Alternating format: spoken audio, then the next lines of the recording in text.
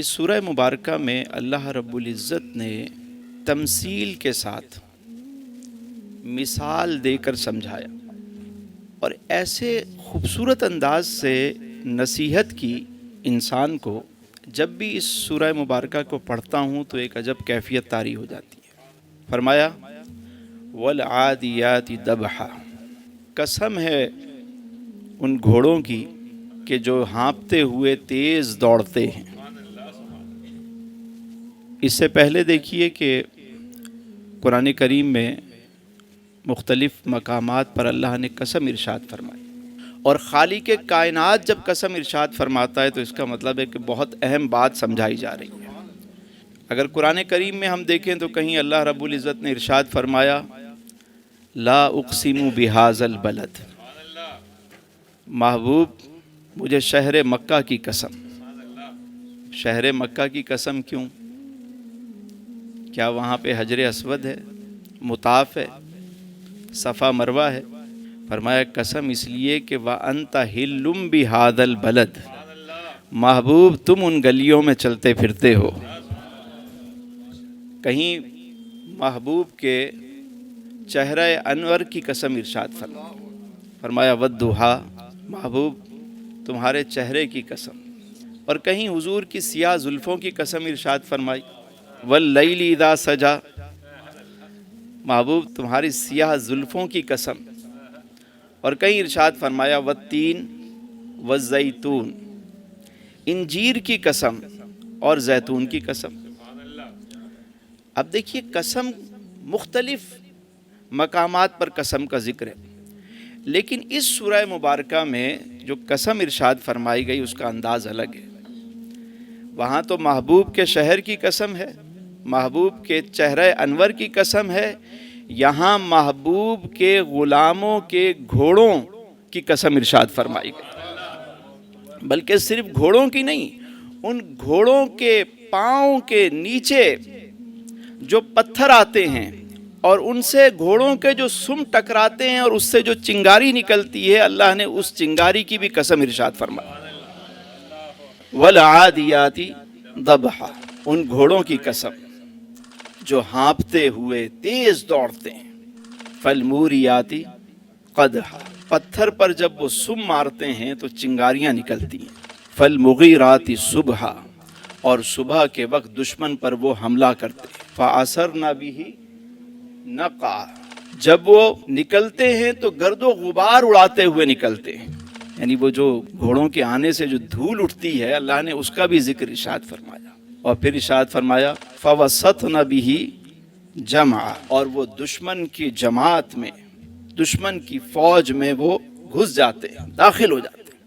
اب یہ 5 اللہ رب العزت نے خوبیاں بیان فرمائی گھوڑوں کی۔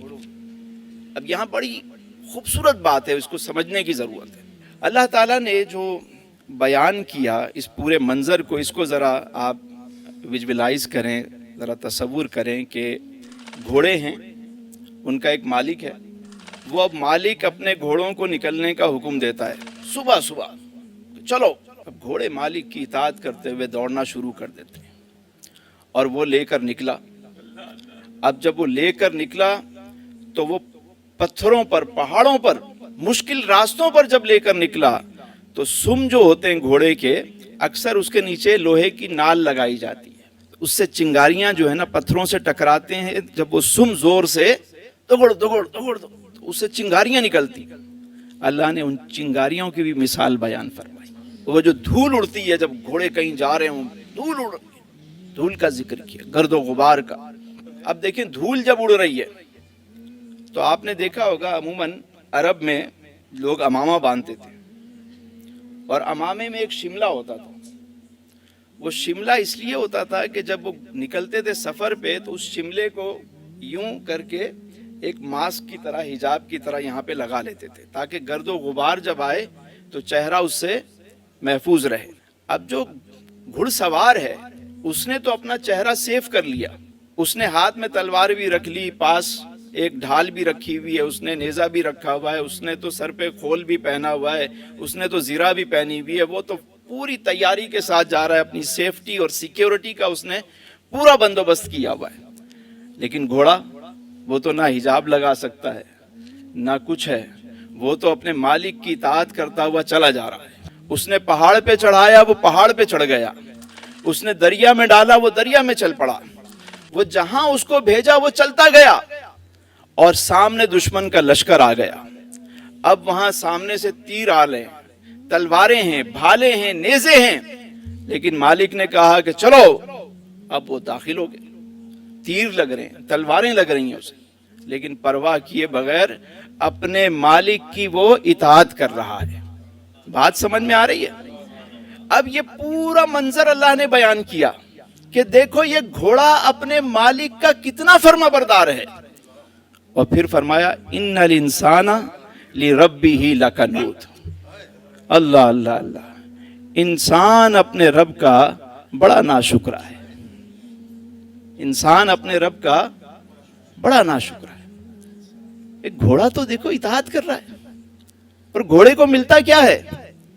دانے ملیں گے، اناج ملے گا، کچھ گھاس ملے گی۔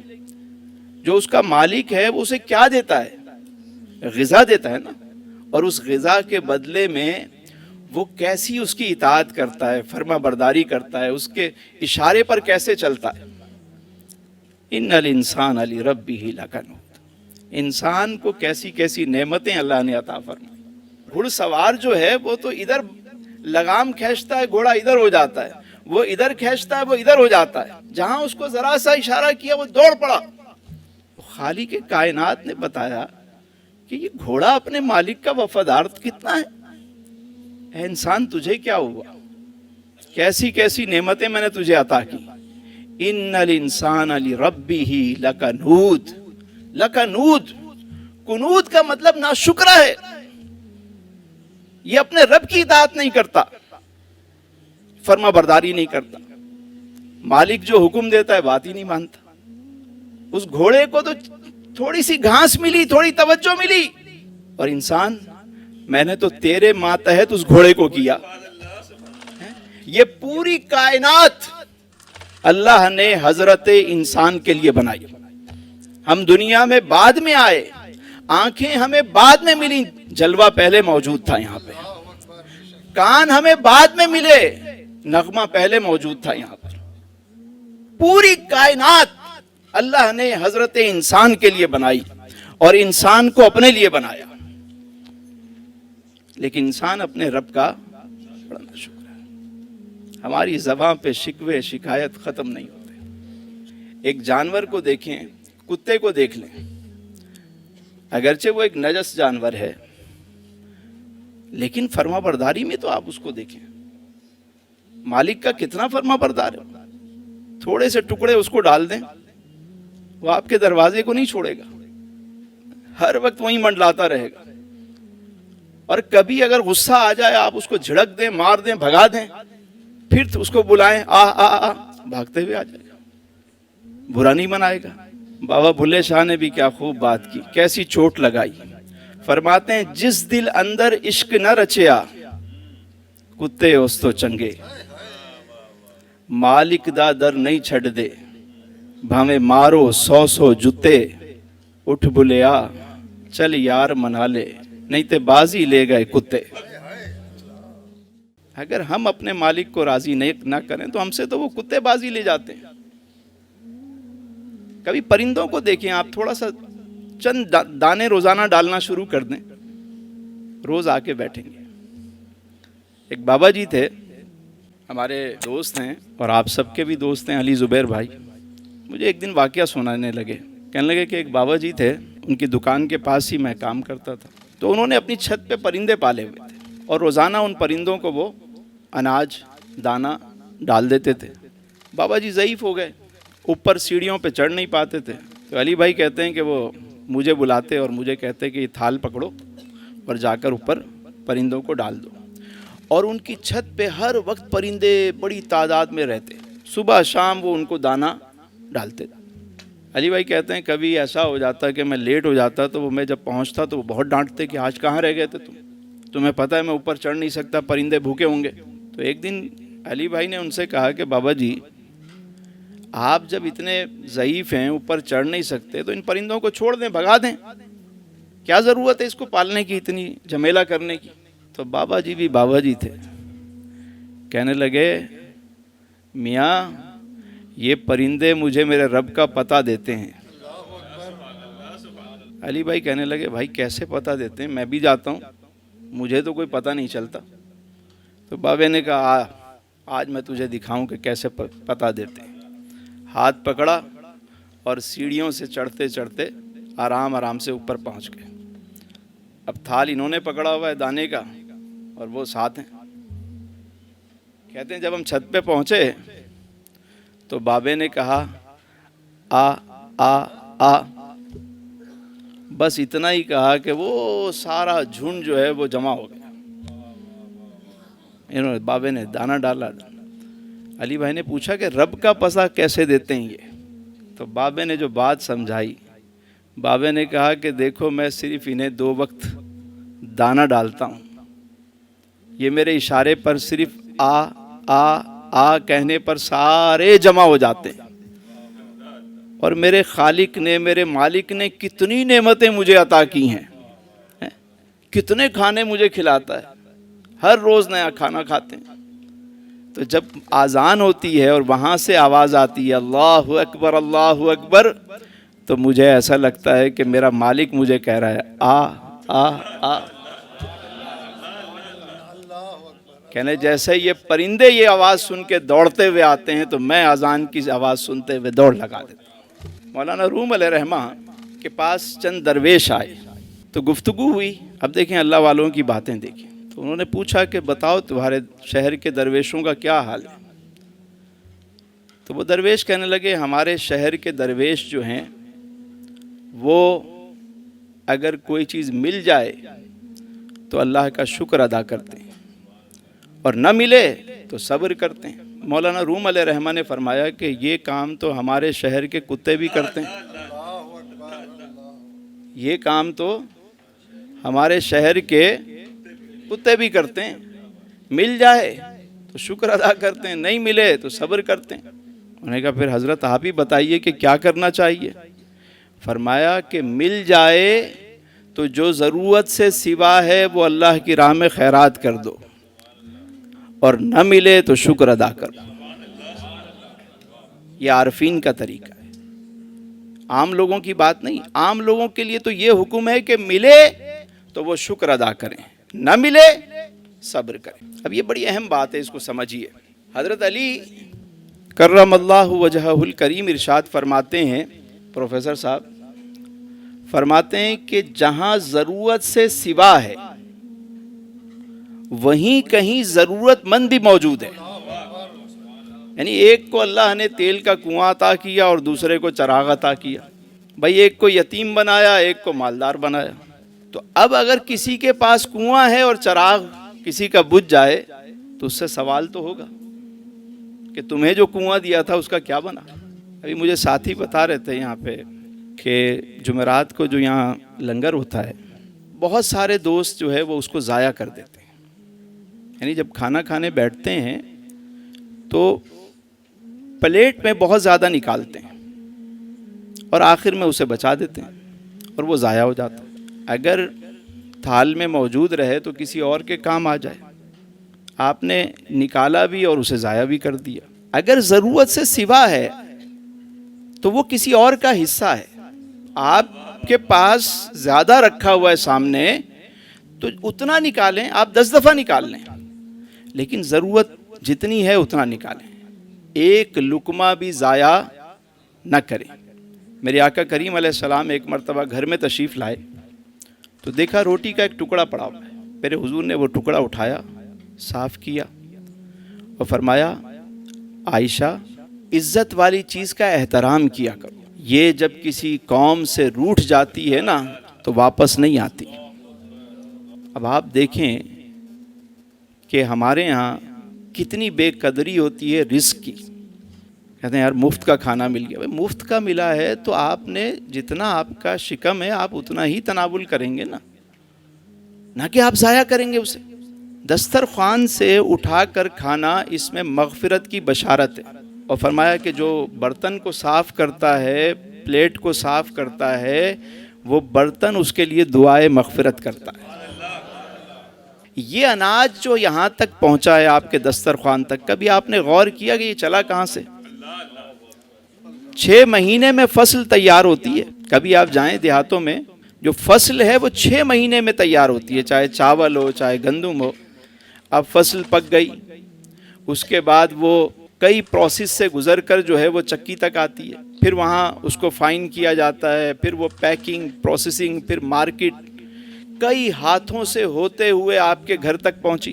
والدہ نے بنایا، بہن نے بنایا، بیوی نے بنایا، یا ہوٹل سے آپ نے خریدا، وہ پک کے اس میں گیس استعمال ہوئی، پانی استعمال ہوا، نمک استعمال ہوا، اتنی چیزیں اس میں شامل ہوئیں، اور پھر وہ جب آپ کے سامنے کھانا آتا ہے تو آپ اسے اگر ضائع کر دیں گے، یہ لقمہ جو یہاں تک آتا ہے نا سہیل بھائی، جب ہمارے سامنے لقمہ آتا ہے تو اللہ نے یہ جو ہاتھ دیے ہیں نا ہمیں، سب سے پہلے یہ ہاتھ ہمیں بتاتے ہیں، یہ سینسر بتاتے ہیں یہ گرم ہے ٹھنڈا ہے، اس کو لے کے جانا چاہیے منہ میں یا نہیں لے کے جانا چاہیے۔ پتہ چلا بھائی نارمل ہے، آپ نے اٹھایا یہاں پہ لے کر آئے، اب یہاں اللہ نے یہ دوسرا سینسر لگایا ہوا ہے، آپ کو فوراً خوشبو آ جائے گی کہ یہ باسی ہے یا تازہ ہے، یہ اندر جانا چاہیے یا نہیں۔ اب دوسری ناک نے بتایا کہ بھائی ہاں صحیح ہے، اس کو منہ میں رکھا، تو اب تیسرا جو سینسر ہے وہ کام کر رہا ہے، دانت ہیں، وہ بتاتے ہیں اس میں کوئی کنکر تو نہیں، پتھر تو نہیں، لوہا تو نہیں، اب وہ بتا رہے ہیں۔ اس پروسیس سے گزر کے جب لقمہ اندر جاتا ہے تو اندر الگ نظام ہے، کہاں کتنا خون بننا ہے، ایک لقمے کے لیے کتنا بڑا نظام ہے، اللہ کی کیسی کیسی نعمتیں ہیں۔ یعنی مثال اتنی سمپل سی ہے کہ اگر میں کسی کو ایک روٹی دوں اور وہ اسے اٹھا کے پھینک دے میرے سامنے تو میں اسے دوبارہ دوں گا؟ خالق کائنات نے رزق دیا، رزق پہنچا ہمارے سامنے گرما گرم، اور ہم نے اس کو بچا دیا، تو اس کا مطلب ہے ہم نے پھینک دیا اسے، ہم نے پھینک دیا، برکت ہوگی یا اس سے آپ کے رزق میں تنگی آئے گی؟ خود سوچنے کی بات ہے۔ یہ جو ہمارے گھروں میں رزق کی تنگی ہے، اس کی بنیادی وجہ یہ ہے کہ ہم نے رزق کی قدر کرنا چھوڑ دی۔ ہم کھاتے ہیں، شکر ادا نہیں کرتے۔ کبھی کسی دعوت میں چلے جائیں، یعنی اپکائی آتی ہے دیکھ کے، لوگ اتنا اتنا بھر کے رکھتے ہیں، ضائع کر کے جا رہے ہوتے ہیں۔ ارے بھائی لفافہ دیا ہے، پیسے تو وصول کریں گے نا، اللہ اکبر، آپ ضائع کریں گے؟ رزق کو ضائع کریں گے؟ نہیں بھائی، پیسہ دیا ہے، دعوت میں آئے ہیں، ذرا ان کو وصولی کریں گے، وصولی کر رہے ہیں آپ ضائع کر رہے ہیں۔ کسی کا حق ہے، اتنے اتنے کھانے شادی بیاہ میں ضائع ہو رہے ہوتے ہیں، اور کبھی کہیں جگہ سے گزرو تو کوئی کچرا کنڈی سے اٹھا کے جو نہ کھا رہا ہوتا ہے۔ وہ اشفاق صاحب ایک واقعہ سنایا کرتے تھے علی بھائی، میری ایک پھپھی تھی، پھپھی نے ایک اصیل مرغ پالا ہوا تھا، مرغا تھا، اصیل مرغ سمجھتے ہیں نا، تو وہ روزانہ پھپھی جو ہے نا صبح کے وقت اس کو دانہ نکالتی اور آ کے اس کو یوں مٹھی کھولتی اور وہ سامنے آ کے چگنے لگ جاتا، کبھی مٹھی میں اور کبھی وہ اس کو وہاں مٹھی سے دانہ رکھ دیتی ہیں اور وہ وہاں بیٹھ کے وہ اس کو وہاں پہ کھا لیتا، چگتا رہتا، چلتا رہا معاملہ۔ ایک دن ایسا ہوا کہ وہ پھپھی جب مٹھی بھر کے لائیں تو مرغے کو پتہ نہیں کیا سوجھی کہ اس نے اتنی زور سے آ کے اپنی چونچ ماری مٹھی پہ کہ انہوں نے فوراً مٹھی یوں کر دی۔ کھانا ایک جگہ عزت سے اس کو کھانا ملتا تھا، اس نے اپنی چونچ مار کے نا، تو کبھی کبھی کھانا ہمیں عزت سے مل رہا ہوتا ہے، رزق کہیں سے، ہم اس کو لات مار کے چلے جاتے ہیں، کبھی کہیں چھوڑ کے نکل جائیں گے، کیونکہ وہ انسان ہے نا، جب پیٹ بھرتا ہے تو مستی سڑتی ہے، جب نعمتیں آتی ہیں وہ تو کہتا ہے ہم تو جدی پشتی ایسے تھے بھائی، ہم تو نواب ابن نواب تھے، اور جب نعمتیں چھن جاتی ہیں تو اس کی زبان پہ شکوے شروع ہو جاتے ہیں۔ زندگی کا ایک اصول ہے کہ جب رب نعمتیں عطا کرے شکر کرو، کیا کرو؟ نعمتیں بڑھنا شروع ہو جائیں گی۔ ہیپی لائف کیا ہے؟ کبھی آپ نے سوچا؟ یہ جو ہمارے یہاں موٹیویشنل اسپیکر بڑے بڑے لیکچر دیتے ہیں، happy life happy life, happy life ہے کیا؟ کبھی اس پہ غور کیا؟ پورا قرآن مجید اٹھا کے پڑھیں، ہیپی لائف یہ ہے کہ جب اللہ نعمتیں عطا کرے تو شکر ادا کرو، اور جب کبھی کوئی آزمائش آئے تو کیا کرو؟ صبر کرو. یہ جو آزمائش ہوتی ہے، امتحان ہوتا ہے. کبھی آپ نے استاد کو دیکھا، امتحان ہو رہا ہو، بچہ پریشان ہے، استاد خاموش کھڑا ہوا ہے، وہ دیکھ رہا ہے. استاد کبھی ہیلپ کرے گا؟ نہیں کرے گا، دیکھے گا اس کو، دیکھتا رہے گا. تو کبھی کبھی امتحان ہوتا ہے، آزمائش ہوتی ہے، وہ آپ کو دیکھا جا رہا ہوتا ہے کہ یہ کیا کرتا ہے، کیسے اس آزمائش سے گزرتا ہے. حضرت علی رضی اللہ تعالیٰ عنہ نے یہ بات بڑے خوبصورت انداز سے سمجھائی. باب العلم نے فرمایا، جب پوچھا گیا کہ یا امیر المومنین کیسے پتا چلے کہ یہ تکلیف مصیبت ہے یا آزمائش ہے، آپ نے فرمایا جو تکلیف تمہیں رب سے قریب کر دے وہ آزمائش ہے، جو دور کر دے وہ مصیبت ہے. اپنے آپ کو بہتر کریں، شکوے شکایت کے بجائے بہتری لے کر آئیں اپنے کام میں. مومن وہ ہے جس کا آج اس کے کل سے بہتر ہے. ہماری زندگی میں صرف گلے شکوے، جس کو کام نہیں ملے وہ کہتا ہے کہ کام ہی نہیں ہے، کام ہی نہیں ہے، کام کے پیچھے بھاگتا رہے گا. اور جب کام مل جائے لوگ اس کے پیچھے بھاگتے رہیں گے، بھائی وہ کام تو کر کے دے دو. خوبصورت جملہ کسی نے کہا کہ جو اپنے حال پہ خوش نہیں ہے وہ کسی حال میں خوش نہیں ہے. اللہ، کیسی کیسی نعمتیں میرے مالک نے عطا فرمائیں. ان الانسان لربہ لکنود وانہ علی ذلک لشہید. انسان ناشکرا تو ہے ہی، لیکن اس پر وہ خود ہی گواہ ہے. وہ خود جانتا ہے جو اس نے کیا ہے، کیسی کیسی ناشکریاں کرتا ہے. پھر اللہ تعالیٰ نے ارشاد فرمایا، اللہ اکبر، فرمایا وَإِنَّهُ لِحُبِّ الْخَيْرِ لَشَدِيدٌ، اور بے شک وہ مال کی محبت میں بہت شدید ہے. دیکھیے، مال کمانا کوئی بری بات نہیں، رزق حلال کمانا عین عبادت ہے. لیکن یہ ضرور خیال رہے کہ آپ دنیا میں رہیں، دنیا آپ میں نہ رہے. یعنی کشتی پانی پہ ہو پر کشتی کے اندر پانی نہ ہو. اگر کشتی کے اندر پانی آ گیا تو کیا ہوگا؟ دل میں مال کی محبت آ گئی تو انسان پھر اس قبر کی مٹی اس کو بھر سکتی ہے، پورا کر سکتی ہے. اس کو 2 سونے کی وادیاں ملیں وہ کہے اور مل جائے. دنیا ضرور کمائیں، کمانا منع نہیں، لیکن دنیا کو دل کے اندر نہ رکھیں. ہمارے ہاں تو یہ بھی ہوتا ہے کہ انسان مال کمانے کے لیے صحت برباد کر دیتا ہے، پھر صحت کو پانے کے لیے کچھ لوگ کھانے کے لیے اپنوں کو چھوڑ دیتے ہیں، کچھ اپنوں کے لیے کھانا چھوڑ دیتے ہیں. جو 100 کلو کی بوری اٹھا سکتا ہے وہ خرید نہیں سکتا، اور جو خرید سکتا ہے وہ اٹھا نہیں سکتا. عجب نظام ہے، ایک سسٹم ہے اللہ کا. تو ہمیشہ یاد رکھیں کہ مال کی محبت کے پیچھے نہ جائیں. اللہ جو دے اس پہ شکر کرتے جائیں، مال بڑھتا چلا جائے گا. پھر فرمایا افلا یعلم اذا بعثر ما فی القبور. اللہ اکبر، کیا وہ نہیں جانتا کہ جو قبروں میں ہیں وہ اٹھائے جائیں گے.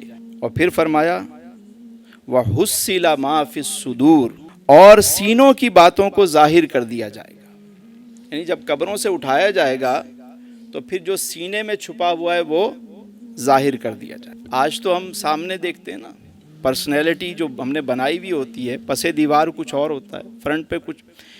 ہمارے اندر کیسے کیسے خیالات آتے ہیں، اندر ہم نے کیا رکھا ہوا ہے. کسی کو کہا یہ ہماری بیٹی ہیں اور بیٹی کے بارے میں کیا خیال پیدا ہوتا ہے. کسی کو بہن بنایا ہوا ہے اور بہن کے بارے میں کیسے کیسے خیالات اندر جنم لے رہے ہوتے ہیں. بھائی بنایا ہوا ہے، بھائی کے خلاف کیا کیا سازشیں اندر چل رہی ہوتی ہیں. ہوتا ہے یا نہیں ہوتا؟ اگر آج لوگ ہمارے اندر کا حال دیکھ لیں تو ہو سکتا ہے ہم سے ہاتھ بھی نہ ملائیں،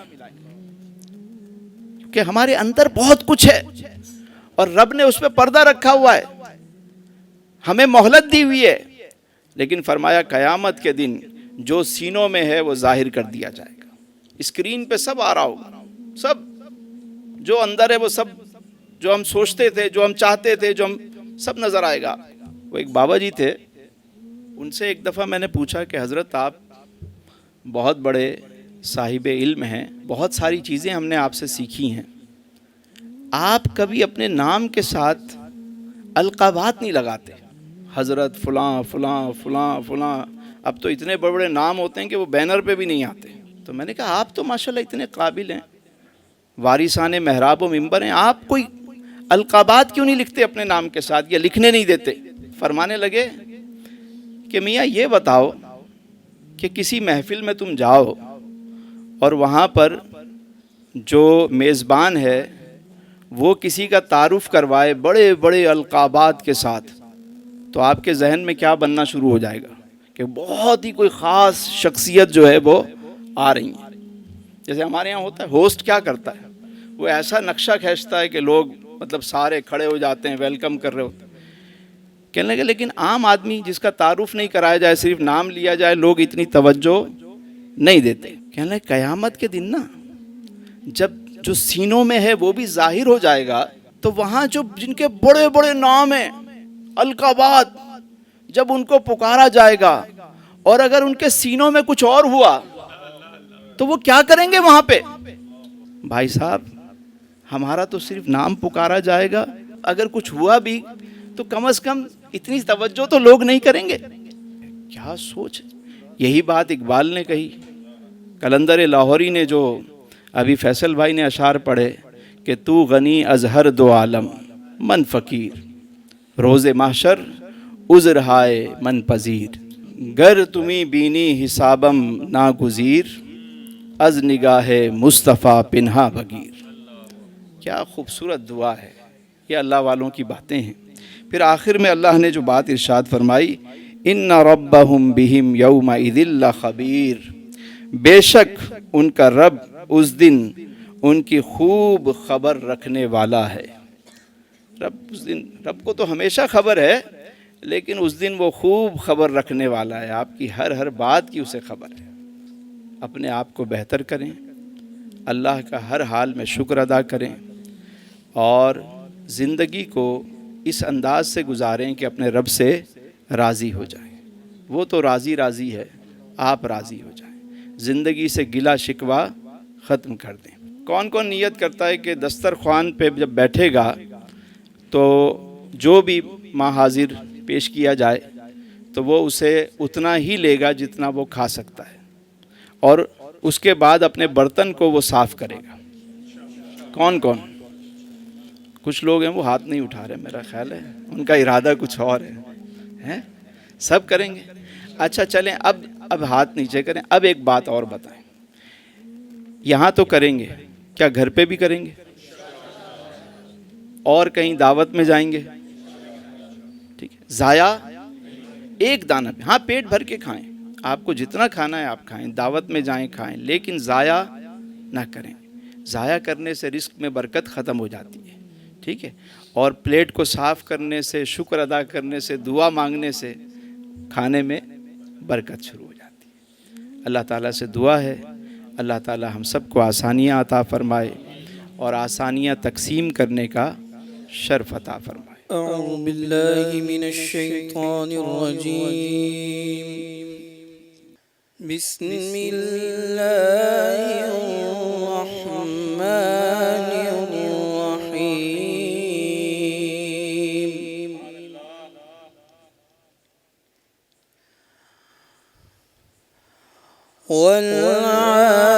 والعادیات ضبحا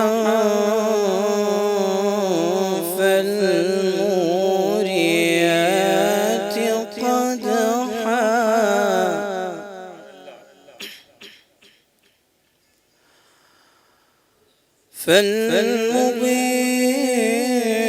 فالمغیرات صبحا فأثرن به نقعا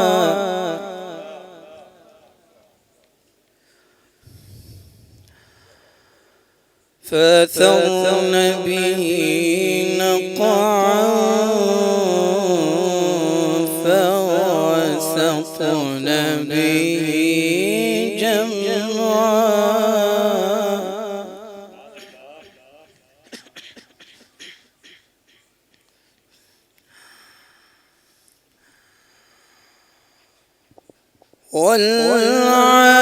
والعاديات ضبحا فالموريات قدحا فالموريات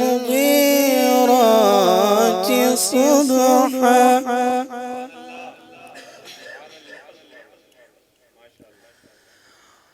فأثرن به نقعا فوسطن به جمعا إن الإنسان لربه لكنود وإنه على ذلك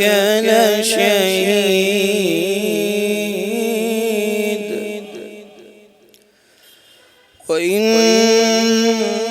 وإنه لحب الخير لشديد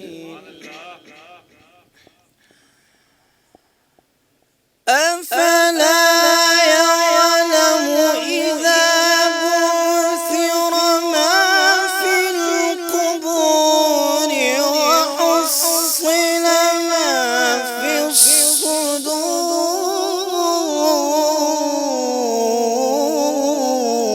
الصدور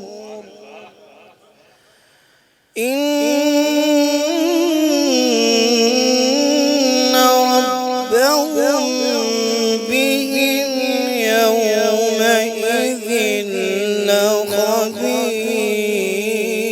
لخبير صدق الله